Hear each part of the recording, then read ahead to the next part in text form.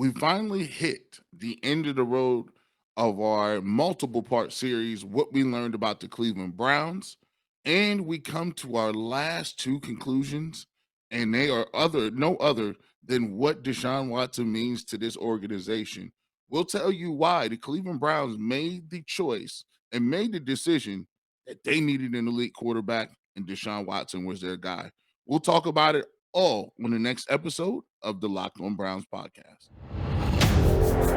You are Locked On Browns, your daily Cleveland Browns podcast. Part of the Locked On Podcast Network. Your team every day.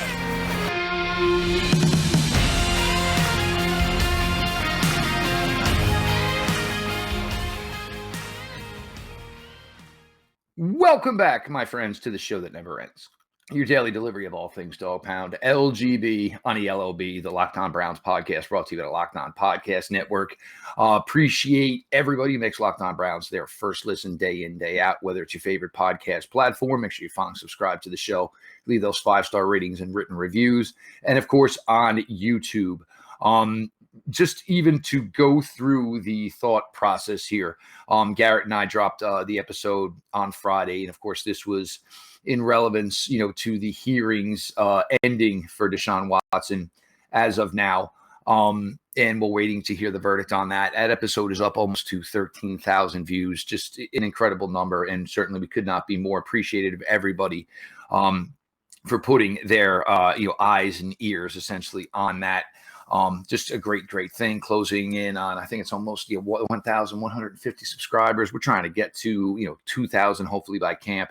So for everybody who does not to this point, make sure you've got Locked On Browns in the rotation on YouTube. Today's episode is brought to you by betonline.net, your number one source for all your betting needs and sports info. betonline.net. As Garrett mentioned here, we are going to close out the series here, things we've learned about the Cleveland Browns this offseason. And I don't think there's any way you can talk about this Browns offseason and not have the emphasis on the on-field impact this team truly feels that Deshaun Watson can bring. What we have learned to this point from 2 years of Andrew Berry as general manager, Kevin Stefanski as the head coach, most of the coaching staff still in place. I think they feel maybe what slowed down and stopped them from going further in the 2020 playoffs, certainly everything we saw in 2021, injury related, is that this team felt they needed more at the quarterback position. Good in 2020, as Baker Mayfield was. Maybe essentially the motto is good isn't good enough. You went out and you got a player in 2020 who literally carried a terrible team in the Houston Texans, and he carried them nowhere, but literally carried them almost 5,000 yards in the air, 40 touchdown passes, well under 10 interceptions. He was an elite player on what was overall an abysmal team. Now, you look at a player like that and understanding that 2021, Deshaun Watson did not take a snap, but you're looking at that and you're putting that in with a player like Amari Cooper. You're giving him a running game like he has never had with the Houston Texans. You are giving him an offensive line like he never had in his time with the Houston Texans. And defensively, this should be a defense. And, Houston, there was some time when Deshaun was there. You had J.J. Watt, you had Jadeveon Clowney, but you didn't have players like Denzel Ward. You didn't have a safety with the potential of a John Johnson III. You didn't have linebackers like Anthony Walker and certainly the potential of a Jeremiah Owusu-Koramoah.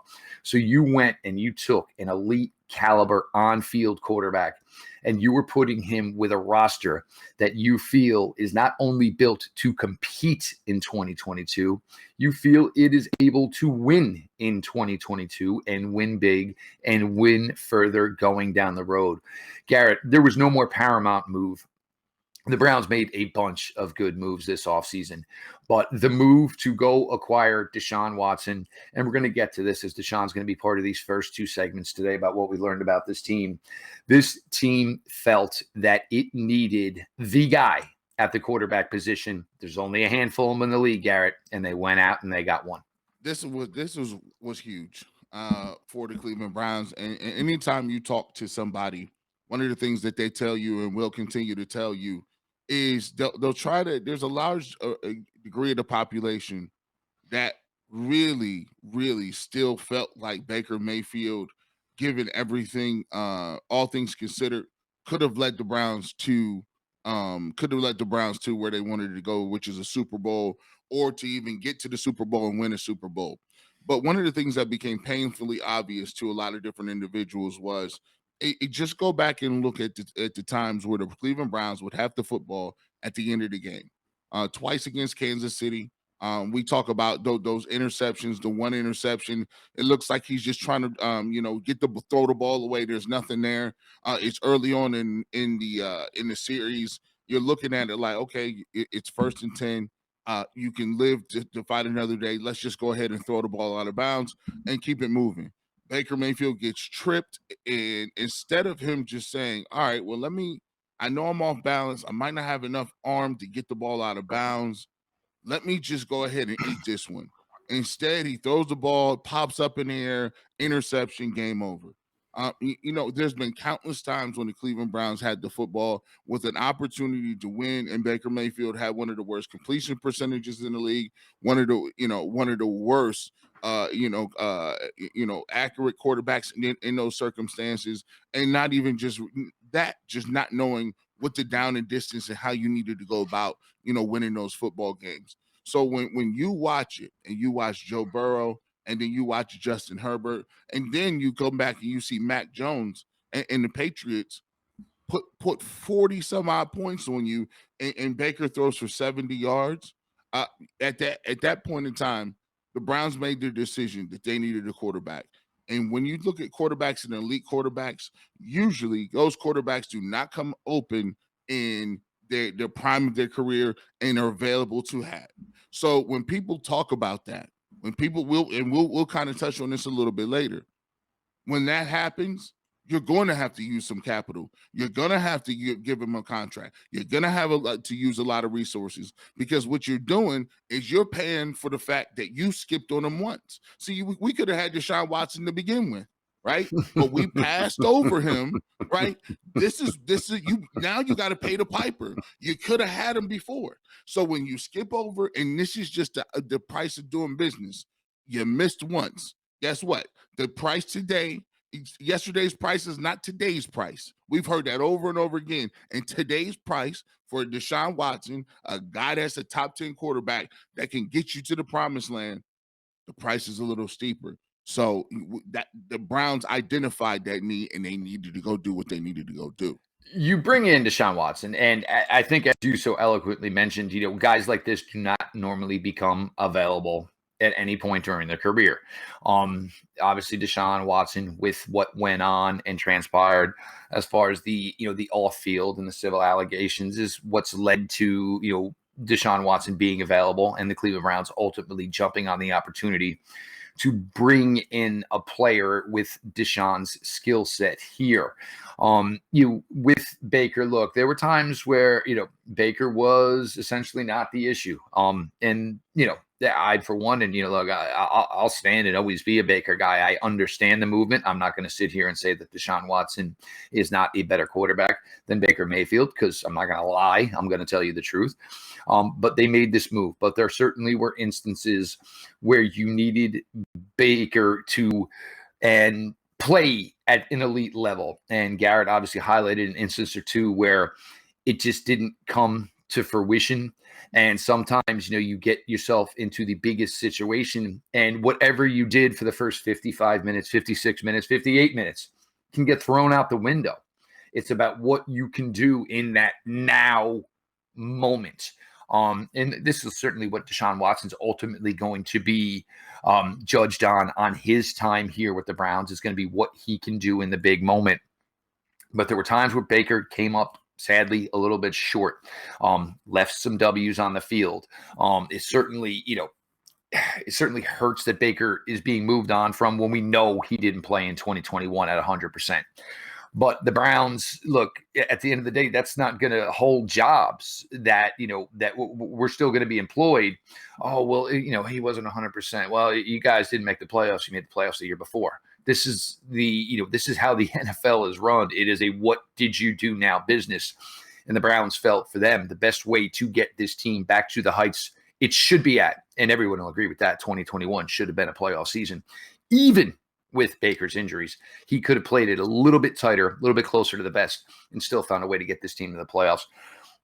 But this team felt they needed a elite quarterback. They went out, they got an elite quarterback. When we get to see said elite quarterback, obviously still waiting to be heard. We're going to switch it up here. And the commitment of what the Browns made to Deshaun Watson is probably a testimony to the work Andrew Berry feels he has done in 2 years as general manager of this team, and leaving just one big gaping hole that he failed to address. We will be back here just a second here. Jeff, Lloyd, G. Bush, your latest Locked On Browns. BetOnline.net is your number one source for all your betting needs and sports info. Find all the latest sports developments, league reviews, and news, including what would have been the NHL Stanley Cup and, of course, Major League Baseball.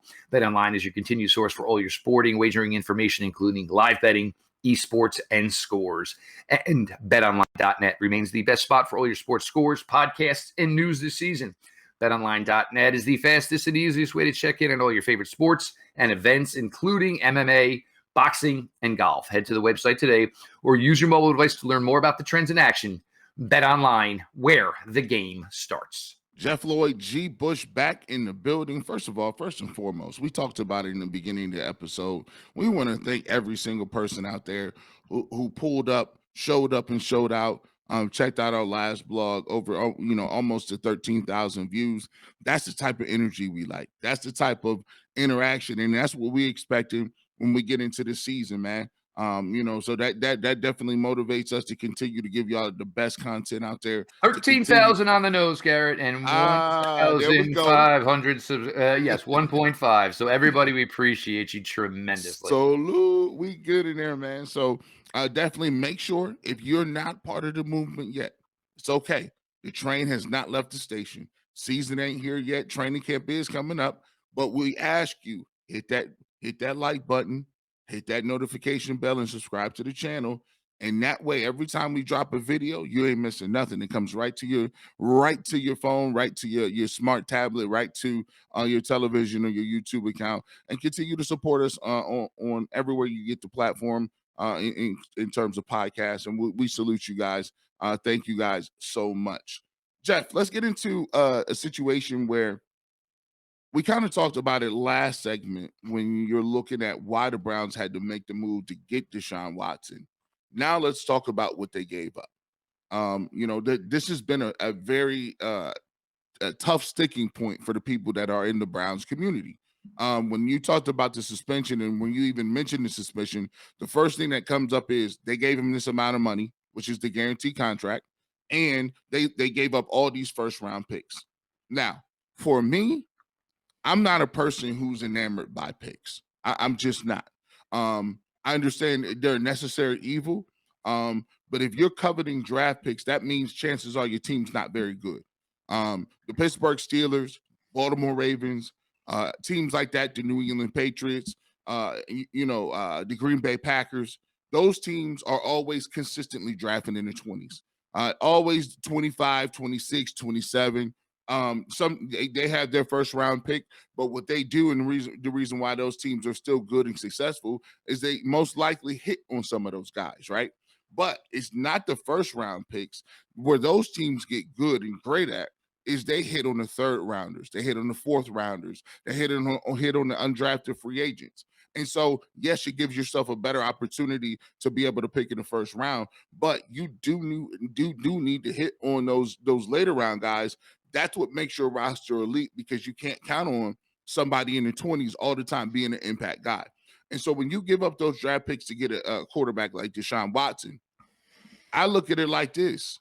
We've been getting first-round picks, multiple first-round picks, and we've been getting Justin Gilberts of the world, Trent Richardsons. We've been getting Kiki Mingo, Mingo at picks, Danny Shelton, Cam Irving. We've been getting Johnny Manziel. We've been getting guys like that with the first overall pick.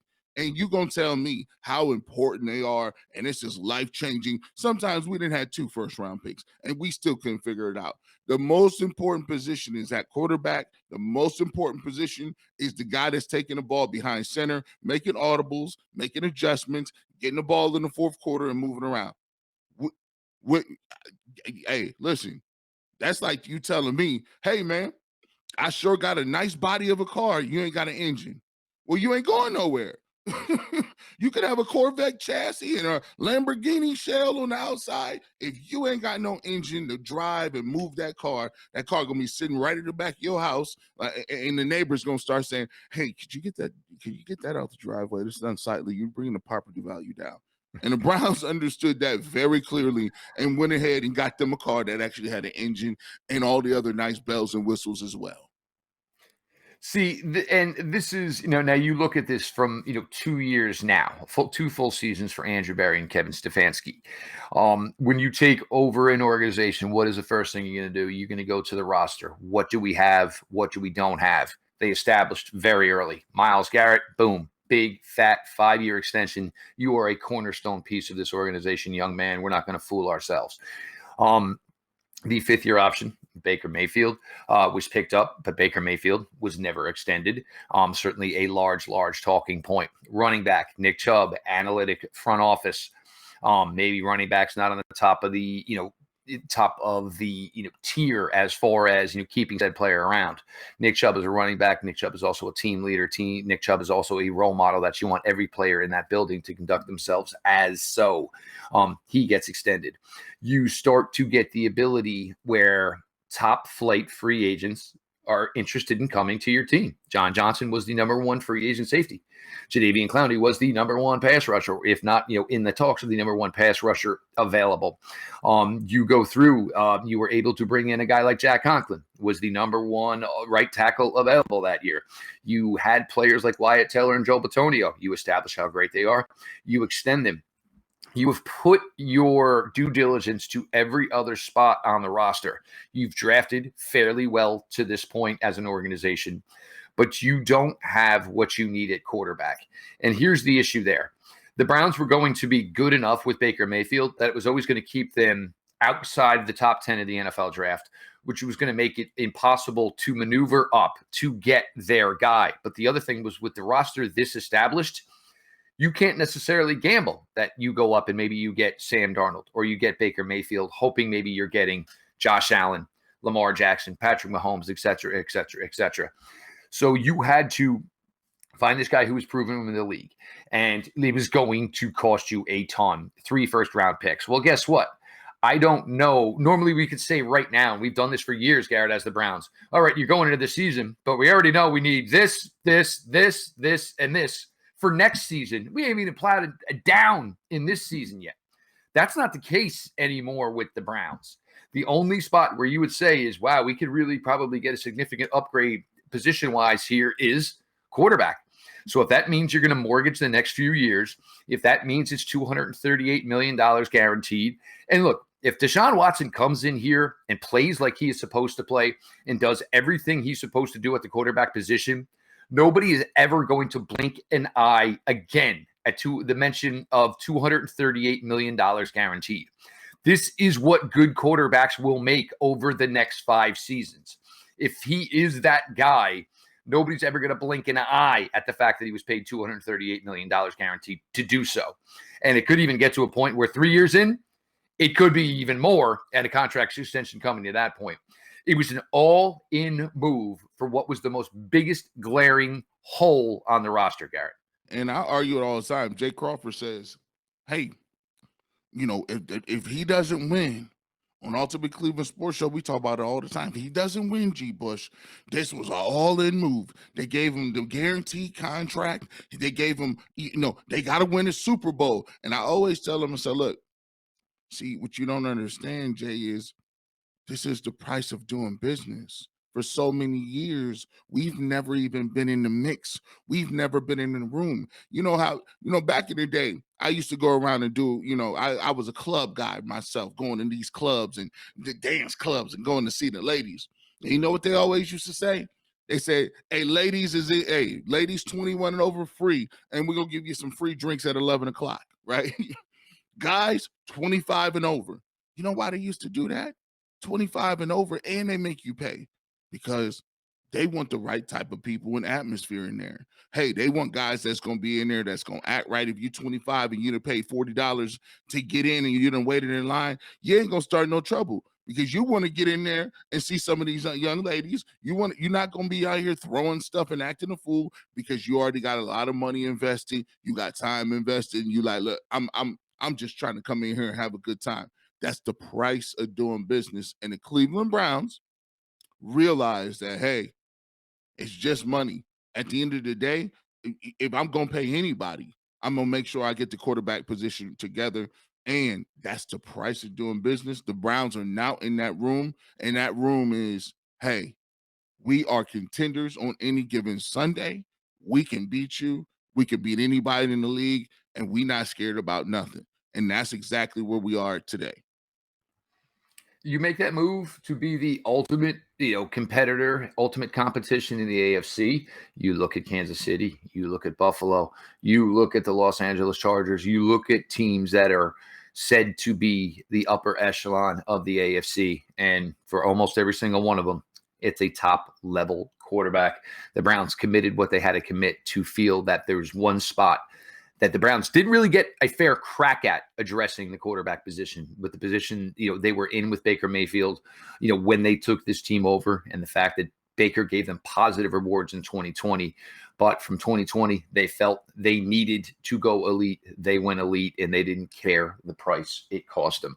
We are going to switch it up here. Last topic we're going to get to here. With the spirit of 4th of July, I hope everybody had a fantastic weekend, family, friends, barbecues, all that type of stuff. But look, it's a Tuesday, folks. We got to get back to work. Cleveland Browns training camp, 22 days away. Jeff Lloyd, Garrett Bush, latest Locked On Browns. Everybody knows about the good folks over at Rock Auto. This episode is brought to you by rockauto.com. And with the ever-increasing numbers of makes and models, it's now possible for your local chain auto parts store to stock all the parts you need. Why endure often pointless or seemingly intimidating questions? Is your car an EX or an LX? Does it have a V6, a V8? Does it have a turbo? And wait while the guy behind the counter orders the parts on their computer, choosing the only brand their warehouse happens to carry. You have computers with access to rockauto.com at home and certainly in your pocket. Save time and money when using Rock Auto. It's a family-owned business. It's been serving do-it-yourselfers for over 2 decades. Their prices are reliably low, and they are for every customer. They have everything you could need: brake parts, tail lamps, motor oil, and even new carpet. Go to rockauto.com right now. See all the parts available for your car or truck.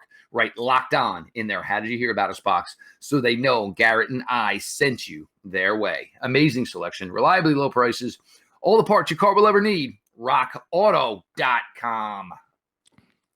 Welcome back to the Locked On Browns podcast. G. Bush. Make sure you follow me at GBush91. Make sure you follow Jeff at Jeff_LJ_Lloyd. And make sure you follow the Locked On Browns podcast. Another great way to watch and get the podcast that we drop is we go ahead and put it right up there on the Locked On Browns podcast Twitter page. You can just click on that, listen to it at your leisure. So there's always kind of great ways to find us, whether that be on Twitter, whether that's on YouTube, or whether that's on traditional podcasts. Make sure you do that, and make sure, and thank you for making us your first stop every single day, Locked On Browns podcast. Now, Jeff, one of the things we just had 4th of July, and we like to do themes. And one thing is fireworks, right? Fireworks is a staple of this country, from children to older Americans to families. Everyone enjoys some fireworks, getting down, maybe sitting on the blanket, maybe drinking a beverage or two, and you're just having a good time. But not only do civilians like it in the NFL, they like fireworks too. And guys that can change the game and go 0 to 100 real quick, those are the guys that provide the fireworks. And we're going to talk a little bit in this section about guys on the team that may provide that spark for the Cleveland Browns. And I'm going to go no other to Jakeem Grant.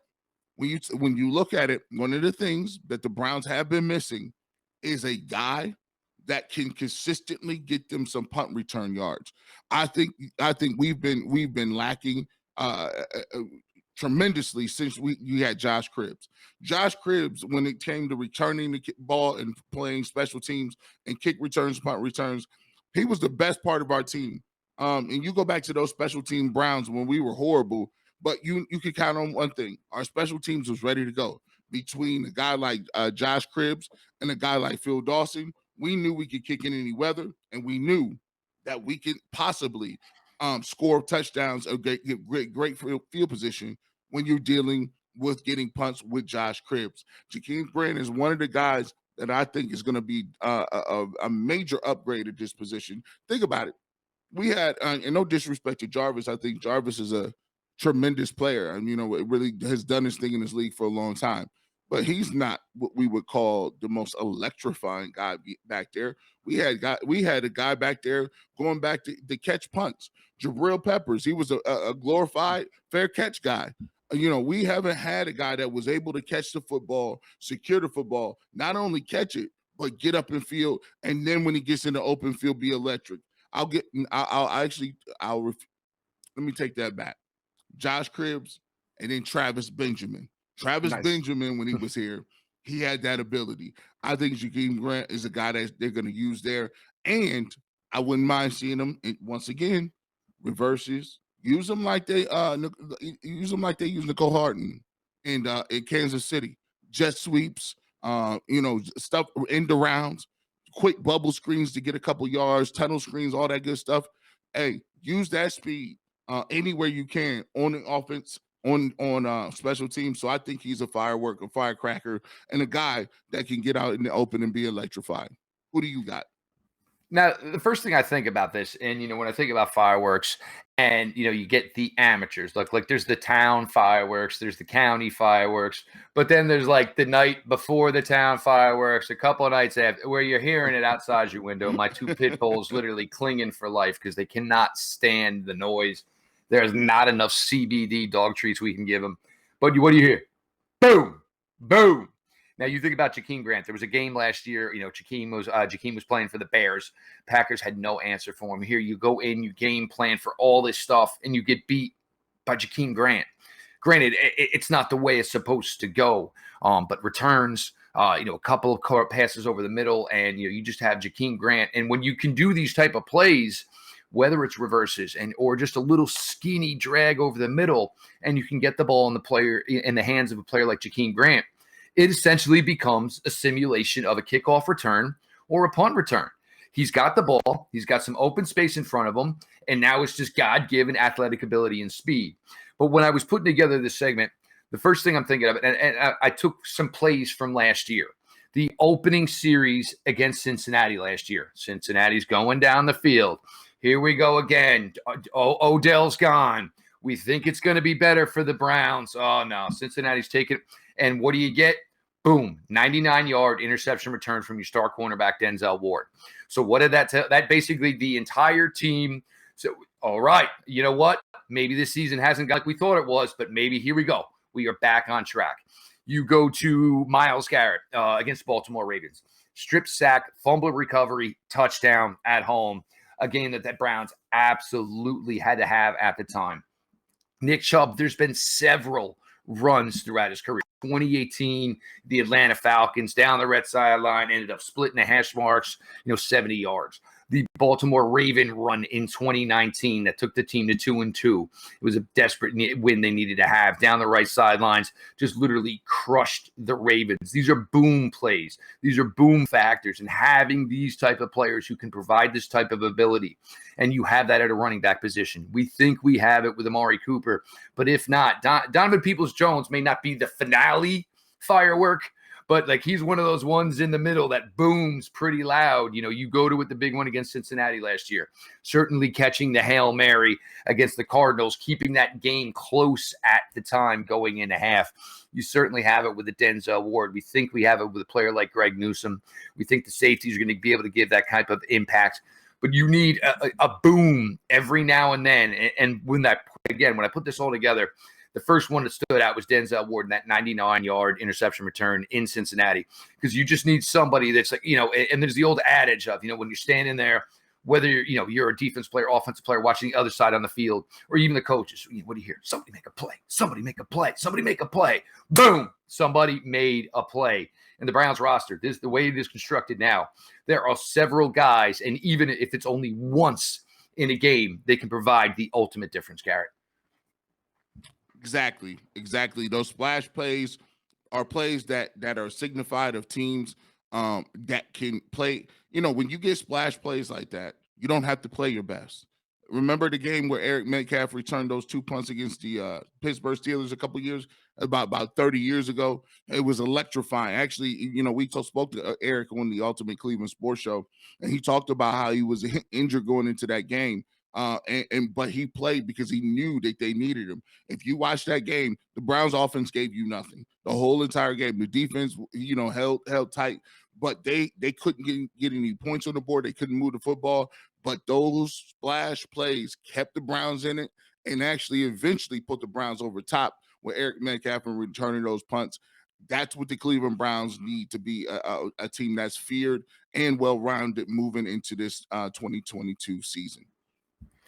We've got a lot to get to here. We've got about 3 weeks until the Browns officially open in training camp, July 27th. We need an ultimate decision here on what's going on with Deshaun Watson, so the Browns can literally say, all right, here is what we're planning to do with 2022 training camp. I'm sure for them it's got to be difficult right now. I know Kevin Stefanski, we all know the way he's set up. I'm sure there is a plan A. There's probably a plan B if it's this amount of games. There's a plan C if it's this amount of games. I'm sure they have it in place, but I'm sure they would love to know which binder is going to be the ultimate one they're going to use for the way the structure of the 2022 training camp is set up. He is Garrett Bush, a part of the Ultimate Cleveland Sports Show. Certainly the barber shop Saturday mornings on 92.3 The Fan. Garrett keeps crushing it day in, day out. Make sure you follow and checking out all the work at gbush91. Me personally at Jeff_LJ_Lloyd. Show at Locked On Browns. Follow back account. DMs are open. Whether it is Spotify, whether it's iTunes, your favorite podcast platform, make sure you're following, subscribe to the Locked On Browns podcast. 5-star ratings, written reviews on YouTube now. I think it's 1,500 subscribers at this point. Couldn't be more appreciative. And the fact that we dropped that episode, it was probably Friday afternoon going into 4th of July weekend. I actually texted Garrett a couple of times Friday night. I'm like, dude, have you even looked at, just absolutely blew up. And to get, 13,000 viewers over one of the busiest party weekends of, any calendar year. Just amazing. We appreciate everybody who's, along for the ride, all the support, all the following. It's been a heck of a ride. As always, certainly excited, certainly not satisfied. We're just going to continue to give you guys the best content we possibly can, day in, day out, week in, week out, and going further. So make sure you, of course, are subscribed to the Locked On Browns page on YouTube. All of that being said, this has been your daily delivery of all things Dog Pound. LGB on the LOB. Let's go Browns.